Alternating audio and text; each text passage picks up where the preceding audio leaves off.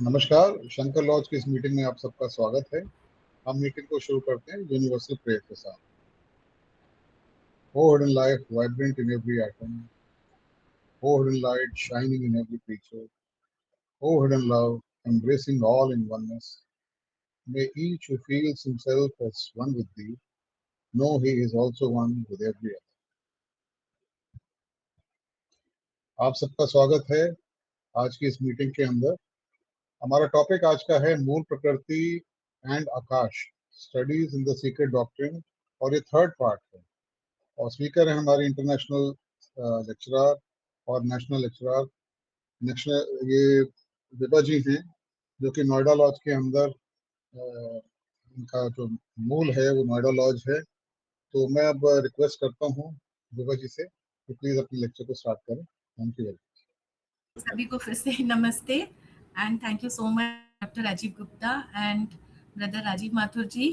आप लोगों ने मुझे यहाँ इनवाइट करा और हम ये कोशिश कर रहे हैं कि सीक्रेट डॉक्ट्रिन में जो इतने सारे कॉन्सेप्ट्स हैं वो इतने गूढ़ हैं और इतने एब्स्ट्रैक्ट हैं। तो हमारी कोशिश है, सीक्रेट डॉक्ट्रिन कोई ऐसी चीज़ नहीं है कि आप उसको सीक्वेंशियली पढ़ लें पूरी बुक को कवर से कवर। तो हम कोशिश ये कर रहे हैं कि उसको टॉपिक वाइज या फिर उसमें जो श्लोक दिए हैं श्लोक वाइज कुछ कुछ जो हम ले सकते हैं तो वो हम कवर करें और उससे लोगों को इंस्पिरेशन मिले कि वो उस बुक की स्टडी करें। तो normally my talks are in English, but we can always have discussion in Hindi. So what I feel, or rather we all have studied in Theosophy, the universe and its evolution, it has been explained using a top down approach, ऊपर से लेके नीचे तक। सबसे ऊपर they are the most high and abstract principles, and those principles, they are actually not perceptible to the human senses. And from those abstract principles, they come down to their emanations, their differentiations, and finally to this material universe. And then we come to the physical plane. And then these principles, they become perceptible to our senses. So it is a top-down approach from the most high abstract down to the physical concepts. Now, man is also composed of the same principles as the universe. Yatha pinde tatha brahmande. Okay. Therefore, knowing these abstract cosmic principles, it helps us to understand our own real self. That is the benefit of studying this. So I would like to share the slides which I have with me. तो जैसा कि मैंने बतलाया पहले that in Theosophy we follow this top-down approach, and we begin with these most abstract principles. We call them cosmic ultimates. They are the ultimate principles of the cosmos. Now, these abstract cosmic principles, they are the source of everything. They are the source of man as well as the universe. In the secret doctrine, it begins with this concept of the absolute or one reality, the eternal existence, which is the space, and the cosmic ideation, and furthermore. So these are the theosophical concepts with which secret doctrine begins. And the same concepts are there in Vedanta. We speak of Parbrahma, then Brahma, Mool Prakriti, Mahat, so on and so forth. Now, whatever we are discussing here, this is not an exhaustive list. They are only indicative terms. And in this whole picture, man is a transient being. He has to evolve his real nature. So, as we are today, we are not the final step or the final state. We are only a transient stage, and we have to evolve to our real nature. And the mystery of our real nature, it is hidden in these cosmic ultimates. That is why we want to study and understand them. The secret doctrine, it explains that man is not only his physical body, he is much more than his physical body. He is also more than his mind. So it is not that we are the mental being. We are much more than our mind. The lower nature or the personality of man, it is transient. The human soul, which we call our individuality, relatively it is more permanent than the personality. We say it is immortal, but only the spiritual soul, that is our monad, it is the ultimate eternal being. Now, our lower nature, it is required. If it is transient, one might think, what is the use of that? Why do we have that lower nature? But that lower nature is very necessary for the progress of the human soul towards his higher nature. And this progress happens by gaining experiences in the world. Our actions, they create causes, and their effects are experienced by us. So everything in this world, it is working out in line with the great universal laws, the laws of karma and the law of reincarnation. Now, when we come to know about this and we work in harmony with these laws of nature, then it brings a kind of calmness, a spiritual depth in our life. And we start feeling at peace within ourselves and with everything that is around us. And then ultimately, of course, in our spiritual evolution, we realize ourselves as the spiritual soul. We come to the realization that essentially, that means in our essence, we are a spark of the divine. That is our essence, spark of the divine. We realize it when we are able to realize ourselves as the spiritual soul, that is the monad. Now, the secret doctrine, it begins with this postulate that there is one absolute reality.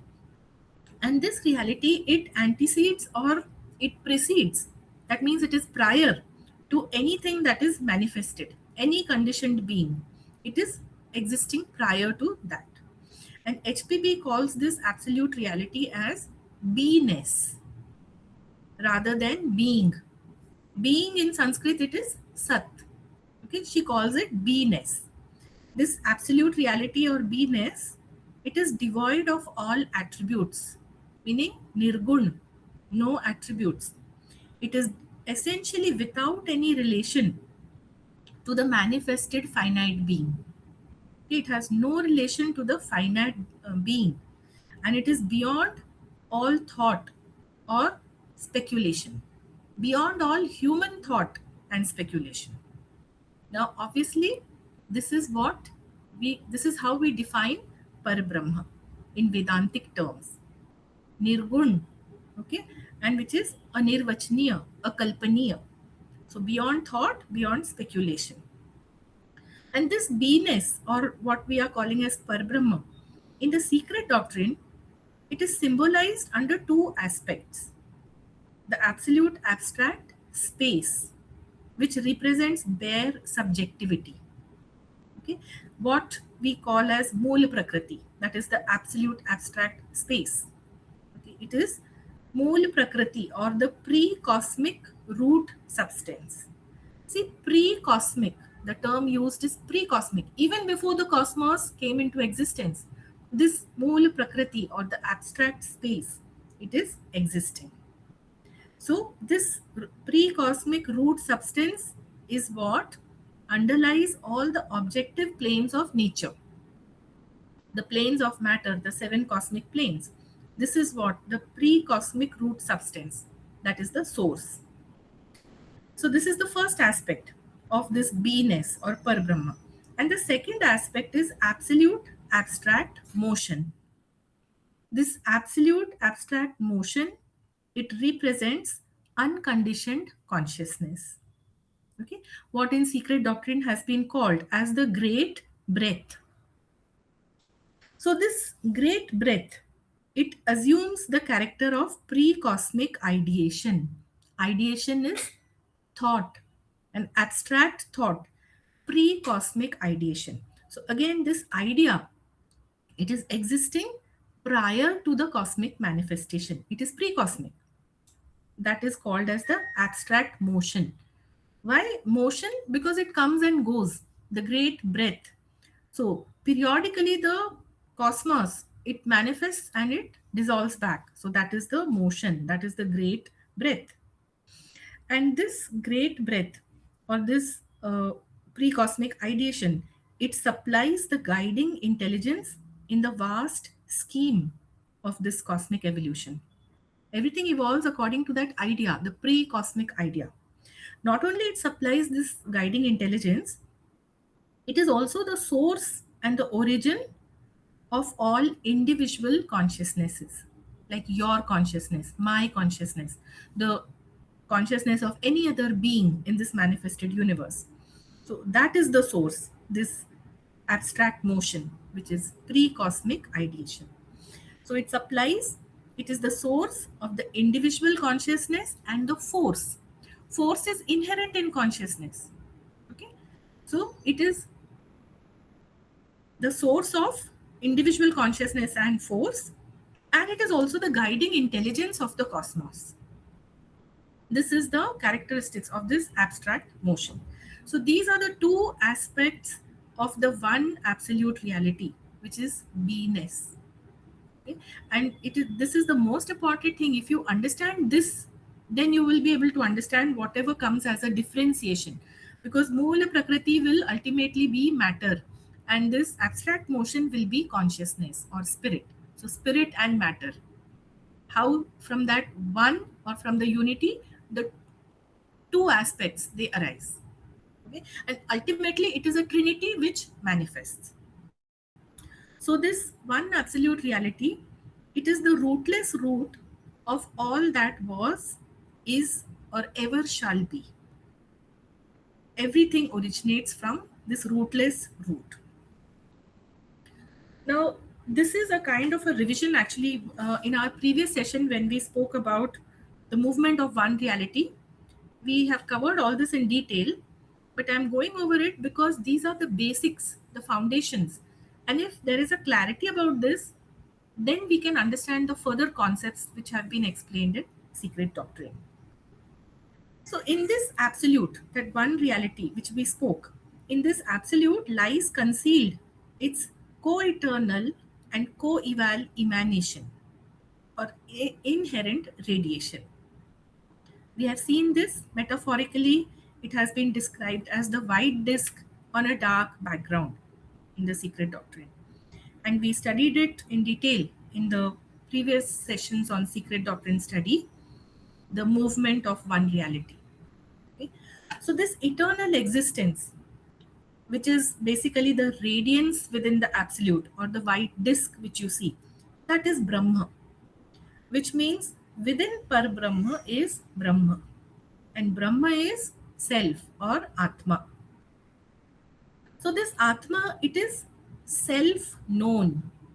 See, in contrast, what we said, Par Brahma, it cannot be known. It is absolutely cannot be, that we cannot have any speculation or any imagination about it. Par Brahma cannot be known. But Brahma is self-known.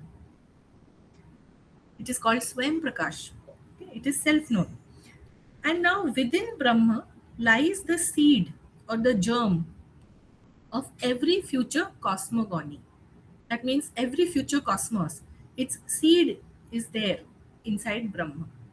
What do we mean by seed or germ?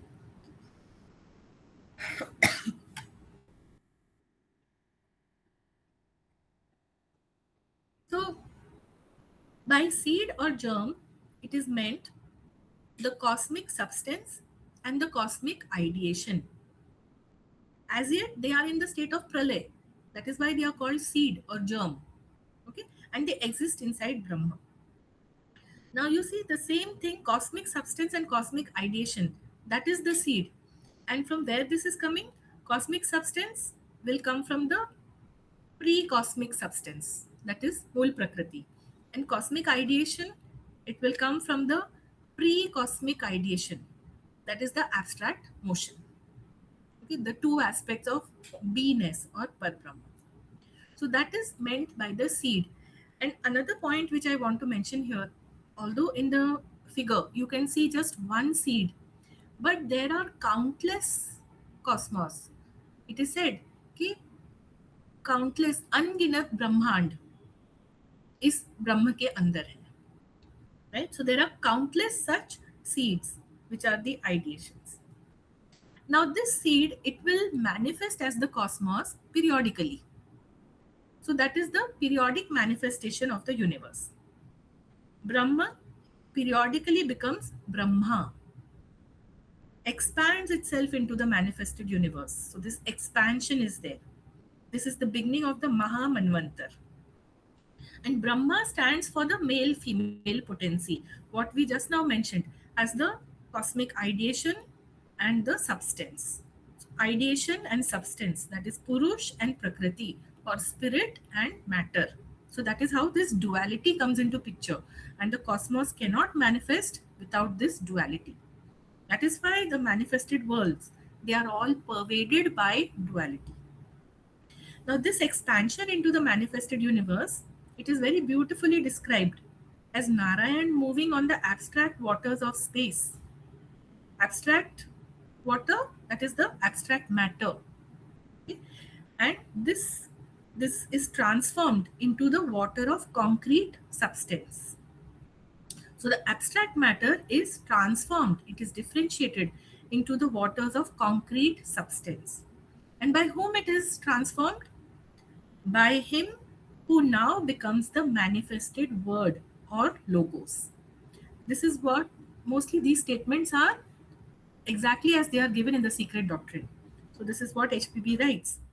The one who becomes the manifested word or logos, he converts that abstract waters into the concrete substance. And this logos is Brahma, the one who has expanded himself into the manifested universe. Now, the same idea you will find in the Bhagavad Puran. There is a very beautiful allegory for the unfolding of cosmic creation from formless consciousness. Formless consciousness is Narayan or Vishnu. That is why SD Secret Doctrine also states Narayan moving on the abstract waters. So, Narayan or Vishnu is the abstract consciousness. And pictorially, the representation is given that Brahma is seated within a lotus. Lotus depicts the universe. So Brahma is seated within a lotus which is stemming, it is growing from the navel of Vishnu. And Vishnu or Narayan, he is depicted as sleeping in the ocean on the great Nag, Ananta Shesh. So ocean is that abstract matter, the abstract substance, and formless consciousness. Because Narayan is sleeping. So it is formless consciousness. So Narayan is sleeping means he is in Yoga Nidra.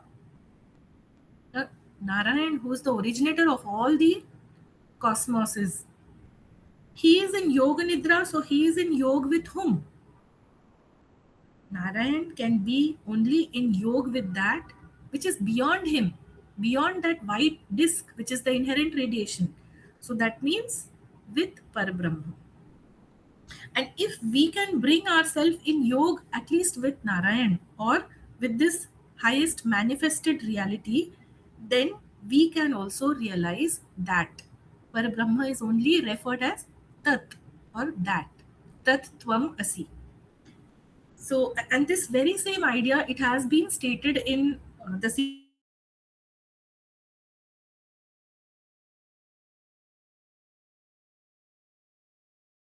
written that if the unit is merged in the all, so unit is our individual consciousness and all is that white disk because it contains the plan of all cosmogonies. So if we are able to merge ourselves in that, then we can approach the riddle, which is the unspeakable mystery of Parabrahma. So by human consciousness or human senses, we cannot speculate about Parabrahma. But if we bring ourselves in yoga with Brahma, or we attain Brahma consciousness, that is what is Narayan, Brahma consciousness, then we can approach the mystery of Parabrahma. So this is very important. Okay. Now in further in the secret doctrine, it is written that at the end of age of Brahma, Brahma is the creative deity. So at the end of age of Brahma, that means his 100 divine years, it marks the temporary disappearance from the manifested plane of existence. So this is the periodical rest. It is the cosmic Mahapralay. 100 years of Brahma. So divine years, not human years. That is the age of Brahma. And it runs into some trillions of years. I have not quoted that figure here. So this is basically the movement of one reality. That from that pre-cosmic ideation, the cosmos will come into manifestation. And after 100 divine years, it will be dissolved or absorbed back into that same consciousness. This is the great breath. This is the one reality and its movement. So the question is, where is all this movement taking place? And the answer is space. This movement takes place in space. As already mentioned, this space is the pre-cosmic root substance, that is Mula Prakriti. The secret doctrine says that space is neither a limitless void nor a conditioned fullness, but it is both. So this sounds very paradoxical, but it is true. Why is it true? Because being on the plane of absolute abstraction, okay, absolute abstraction, that means the unknowable, the ever incognizable deity, it is void to our finite minds, okay, because it is on the plane of abstraction. We cannot think of it. Sorry. Therefore, it seems to us void. Void means shunya. So shunya is the abstract substance. Shunya does not mean absence of substance. Shunya means abstract substance. Okay, and this is the absolute, that is Parbrahma. So that is on the plane of abstraction.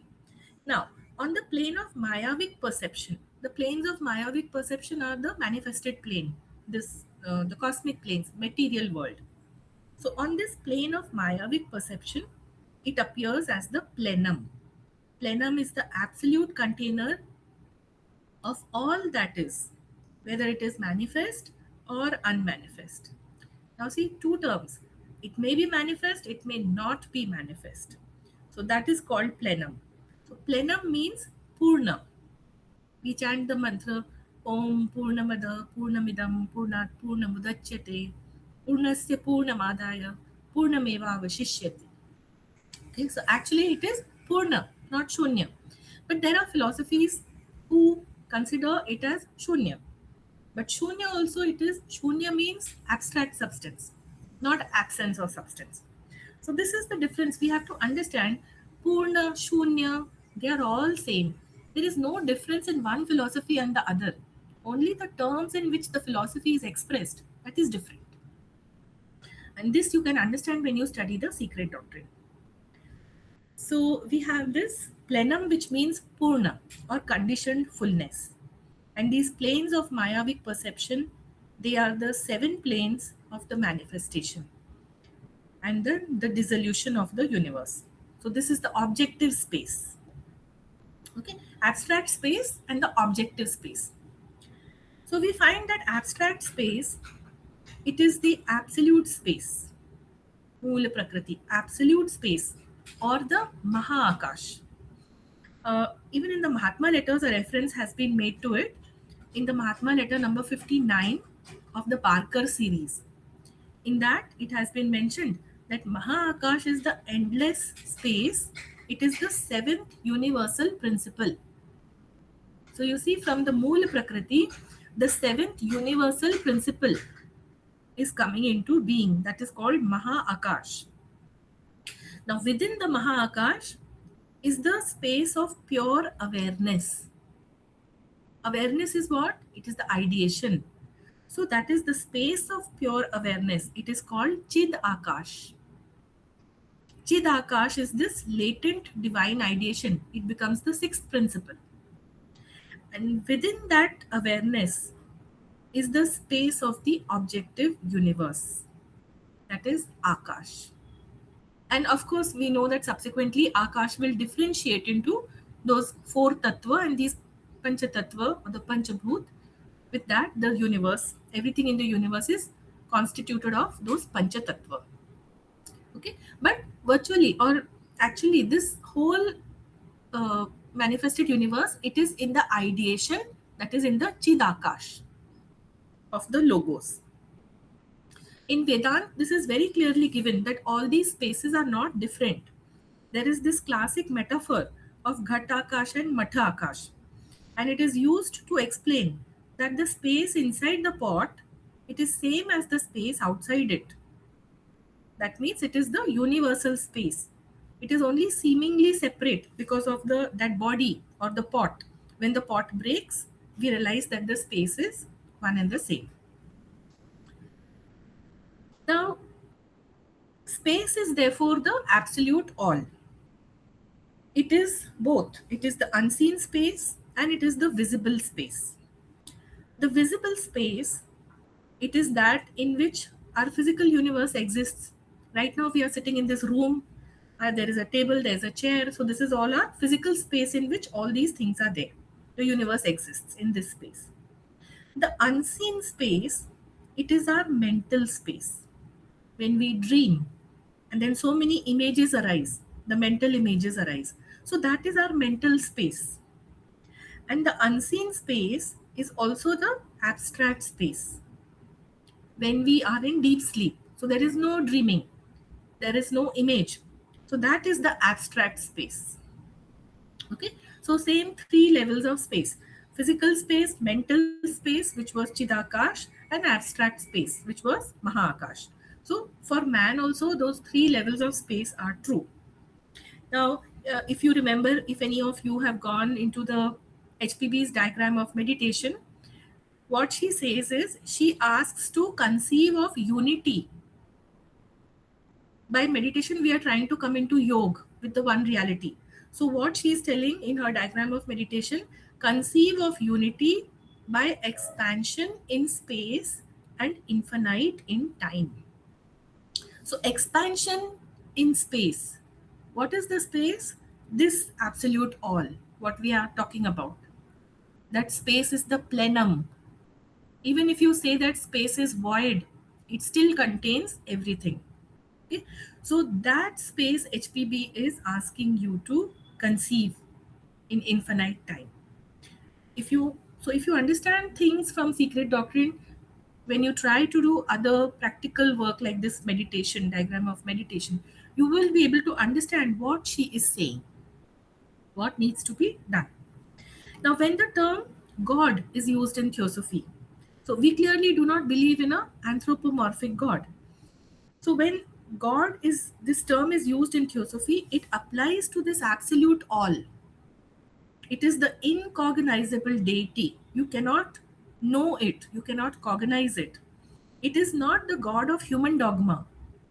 What the religions have created. It is not the God of human dogma. Those, what you call in the religion, they are the Devi, Devata, they are the spiritual beings or celestial beings. They are manifested beings. They are not the absolute all. Okay. So when we say meditation will lead to yoga with God, it means it will lead in union with this absolute all. Similarly, the Christians say, in Him we live and move and have our being. In Him we live and move and have our being. It means in this absolute all. We live in this absolute all, and in that we have our being. Because we are also constituted of that same space. And the Hindu Rishi says the universe lives in, proceeds from, and will return to Brahman. Now, this is the truth. Because the unmanifested Brahman, that is the Nirgun Nirakar, without attributes. Nirgun Nirakar, no attributes, no form. That is the universe in abstraction. Okay, so Nirgun Nirakar Brahma is universe in abstraction, and therefore the universe proceeds or lives in Brahma, proceeds from Brahma, and it will return or dissolve into Brahma. The Sagun Sakar Brahma, that means the Brahma with attributes and with form, that is the emanation of the universe. Nirgun Nirakar and Sagun Sakar. So, when this Sagun Sakar, this emanation comes from the Brahma, it becomes the Logos. It expands Brahma as Brahma becoming the Brahmanda. And so, therefore, space in esoteric symbolism, this space, it is called the seven-skinned eternal mother father. This term you will come across in the secret doctrine. Seven-skinned eternal mother father. It is called seven-skinned because it is composed from its highest state, which is the undifferentiated or abstract state, right down to its differentiated surface. It consists of these 7 layers. Therefore, it is called seven skinned. And these are basically the 7 cosmic planes. Now we have this Senzar Catechism. It's a very ancient language. And it's a esoteric question and answer format. In that esoteric Senzar Catechism, it is asked, what is that which was, is, and will be, whether there is a universe or not, whether there be gods or none. So we are living in this universe. Today the universe is there. Tomorrow, if the universe is not there, still something will be present. So what is that? We worship so many these gods or the celestial beings. Whether those gods are there or they are not there, still something will exist. What is that? And the answer made is space, because space is that absolute all. Okay, so now let us turn our attention to space as Mool Prakriti.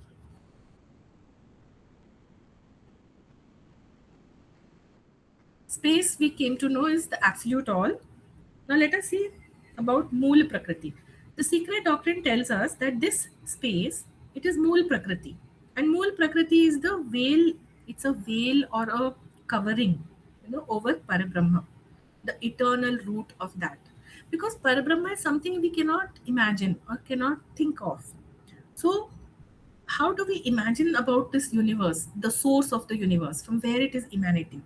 So this veil or the covering has to be over Parabrahma, which is called as Moola Prakriti. Moola means root in Sanskrit, and Prakriti means nature.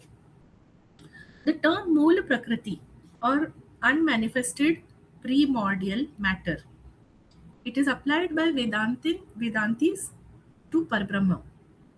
In Vedanta, this means Parabrahma. They are one and the same, two sides of the same coin.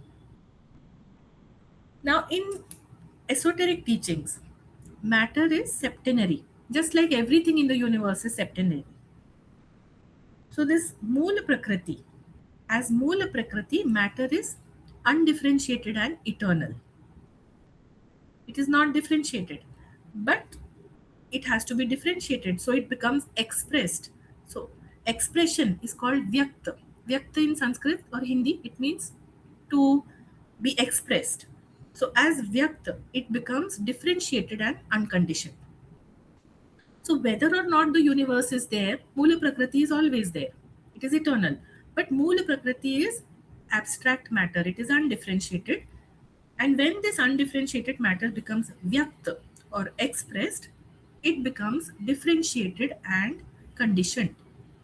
Now this thing HPB has referred from the Shvetashvatar Upanishad and from the Devi Bhagavad Puran. She gives all these references in the secret doctrine. Okay. So two terms she has said. As Vyakta, it becomes differentiated and conditioned. What does that mean? So differentiated, it means homogeneous matter has become heterogeneous. It is differentiated into 7 grades. And it has 7 different qualities. These are the 7 cosmic planes. The metaphor in the Bhagavad Puran is very allegorical. It gives the metaphor churning of the ocean. samudra manthan. Okay, and when this ocean of milk, it is churned, it curdles and matter differentiates. Curdles, जैसे दूध में से दही निकल आता है या मक्खन निकल आता है, सॉरी, मक्खन में से दूध या दही को मथने से उसमें मक्खन निकल आता है. So the ocean of milk curdles, matter becomes differentiated. Now it is not only differentiated but it is also conditioned. Conditioned means matter is affected or it is controlled in the way it behaves. So see, in the secret doctrine we have to pay attention to each and every term. Earlier matter was abstract, that is called absolute freedom. But when it is differentiated, it becomes conditioned. And conditioned means it is affected or it is controlled in the way it behaves. How is it controlled or why is it affected? This control, it is exercised by the universal laws. Law is deity. This is what secret doctrine affirms. And what is mentioned in Vedanta? The universal laws, they are the rita or the rhythm. See, in the Rig Veda, it is mentioned Satyam Ritam Brahat. So that Rit is the universal law. Satyam we know it is absolute truth. Ritam, it is the dynamization of this truth. It is the natural rhythm or the law of the universe. The conditioning. Okay? Everything has to behave as per that truth. So this is the control. And of course, Brihat means vastness or the infinite expanse of the truth, which is the cosmos. So Satyam Ritam Brahat, that conditioned matter, it means it is controlled by these universal laws. So what we have seen, Moola Prakriti as Vyakta, it becomes differentiated and conditioned. Satyam Ritam Brahat.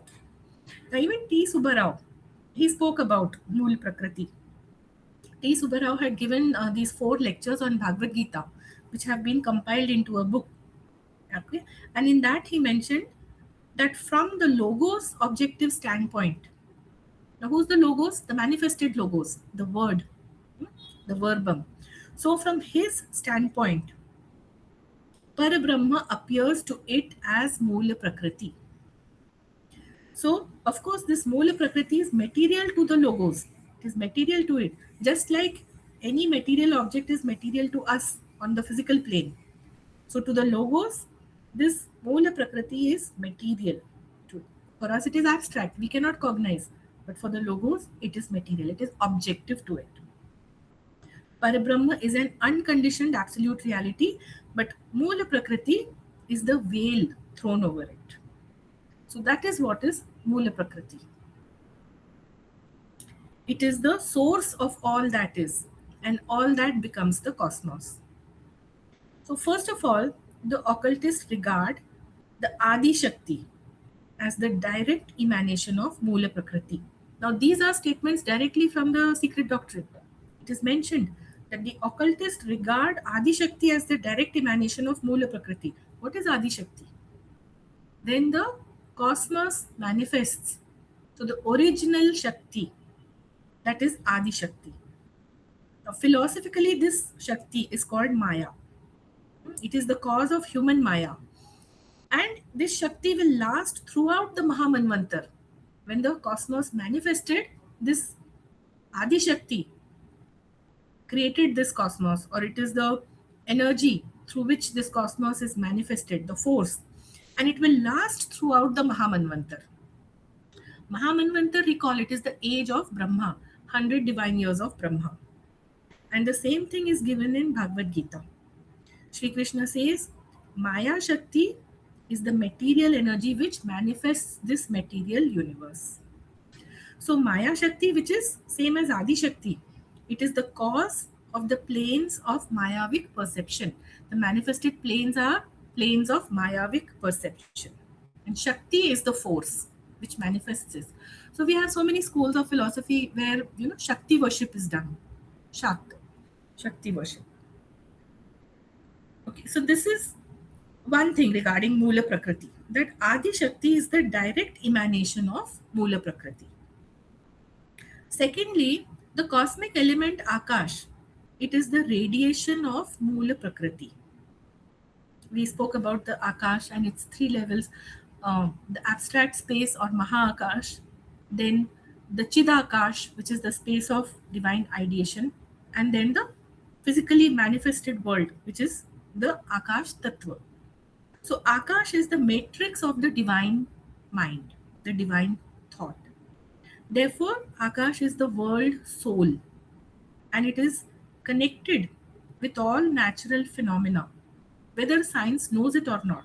Now, see what is being said here. It is the world soul. And how Akash is the world soul? You just relate it to the human being, the septenary principles of man. Okay? Because many things are difficult to understand about the universe. But if you relate it to the human constitution, you will understand by correspondence, because as above so below, that is the universal law. So there is this law of correspondence, and the human mind or the mansic principle, that is the human soul. Okay?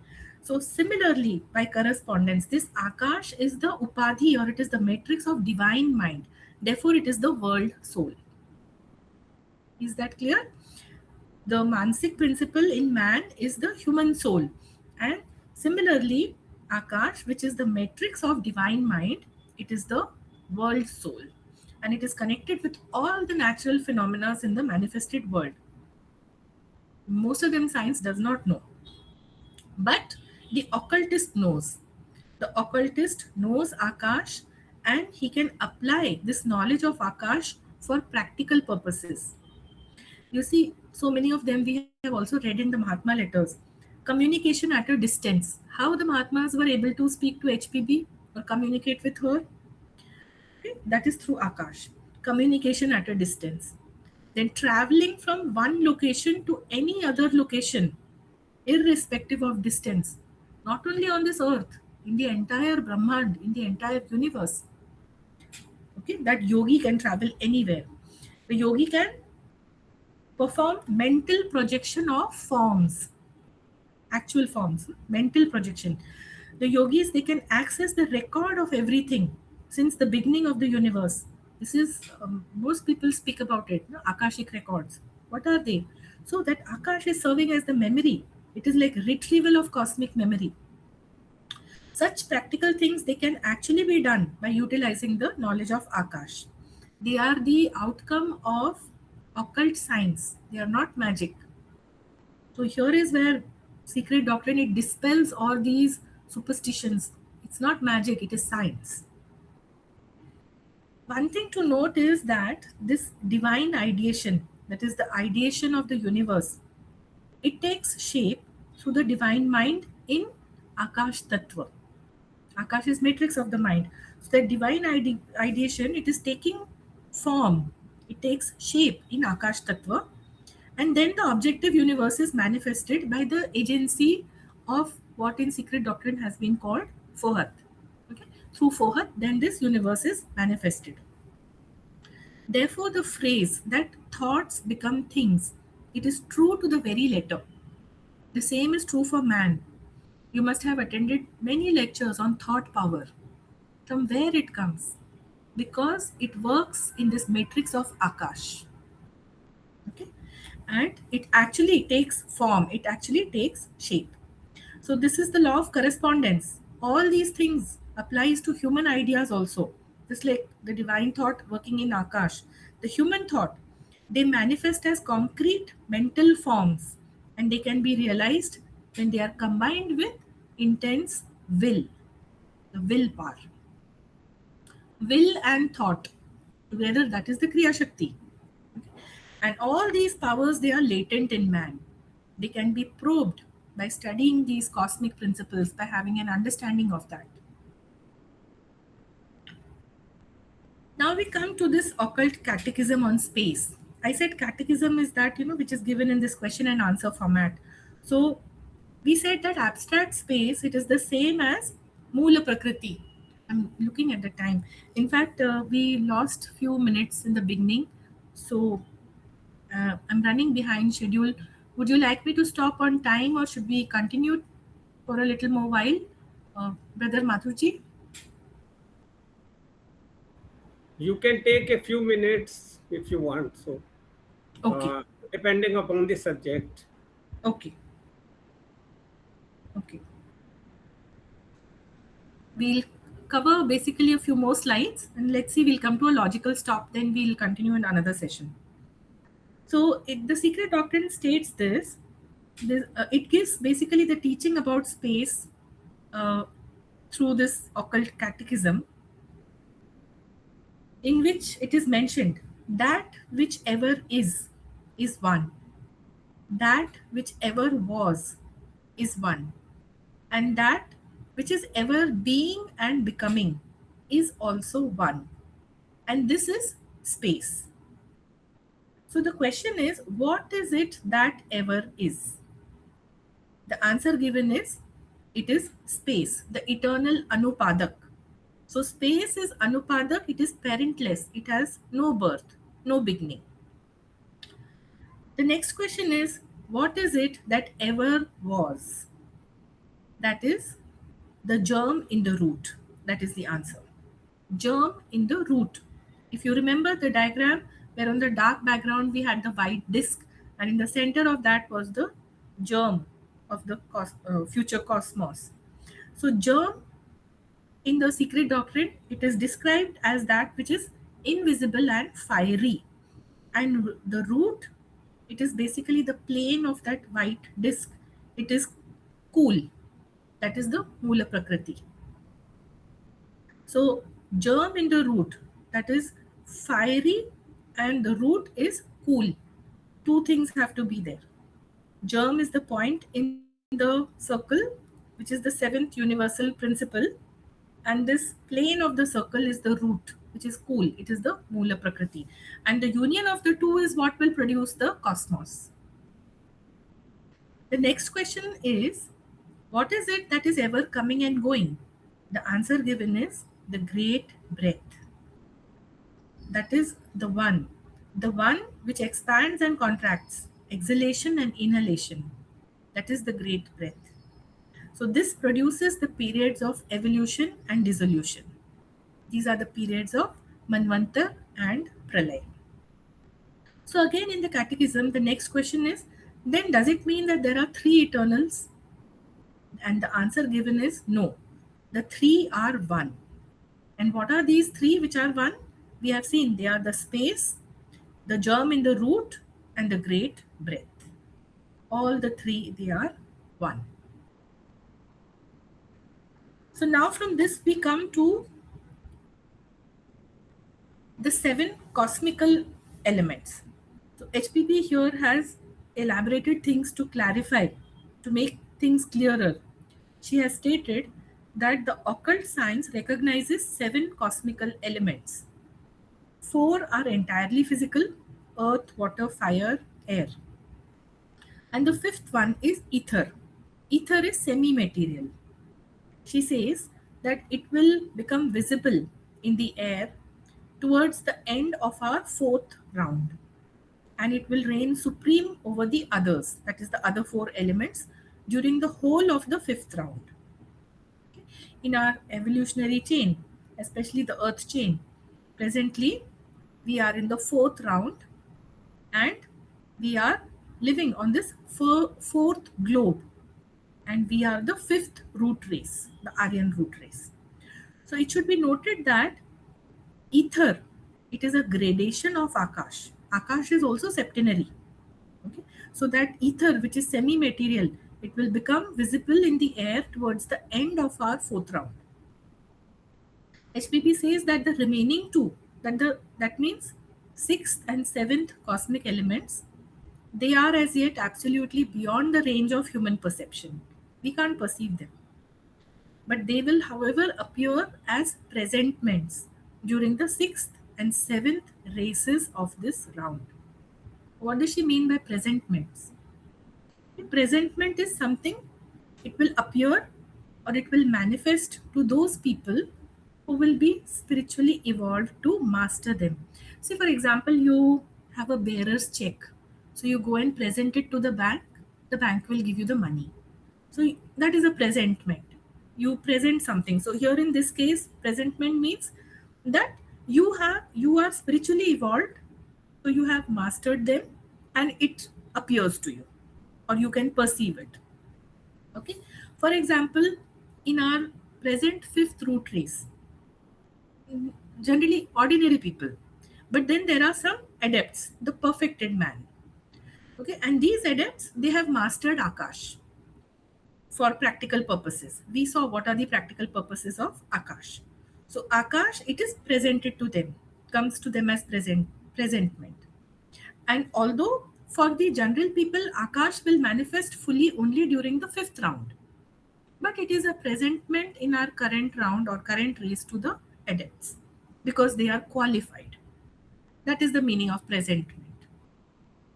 Now, similarly, the sixth and the seventh cosmic element, it will manifest fully, it will become known in the sixth and seventh rounds respectively. So there are 7 cosmic elements. And these 7 elements, they have a numberless sub-elements, which are far more numerous than science knows. In chemistry, we have that periodic table. When I was studying in school, there were only some certain number of elements. Now in this next generation, many more have been added, and still they are very few. Science knows very few about them. These elements, they are simply conditional modifications and aspects of the one and only element. So that one and only element, it is not ether, it is not even Akash, but it is the source of these. And the source of these is Mula Prakriti. We have seen that Akash is a radiation of Mula Prakriti. So that is the one and only element.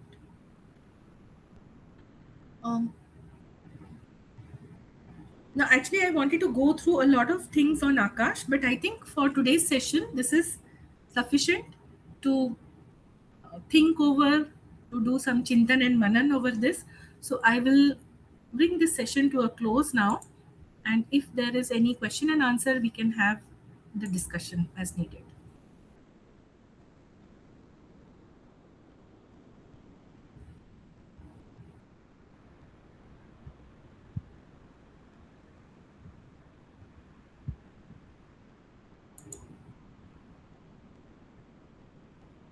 Thank you, Vibhaji, for beautiful presentation and very practical one.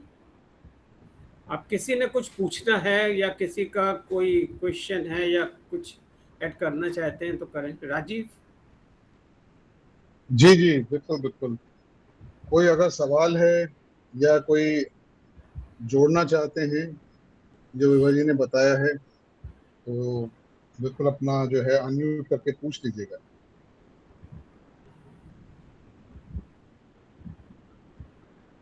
मेरे ख्याल से lecture काफी clear था और हमारे participants को, members को अच्छी तरह समझ में आ गया है.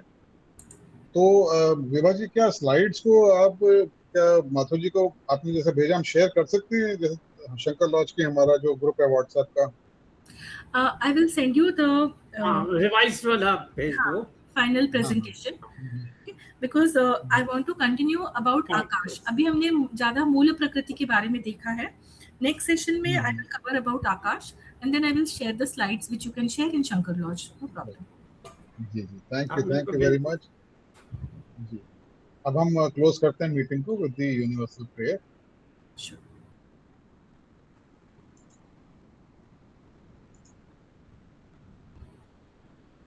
Oh hidden light,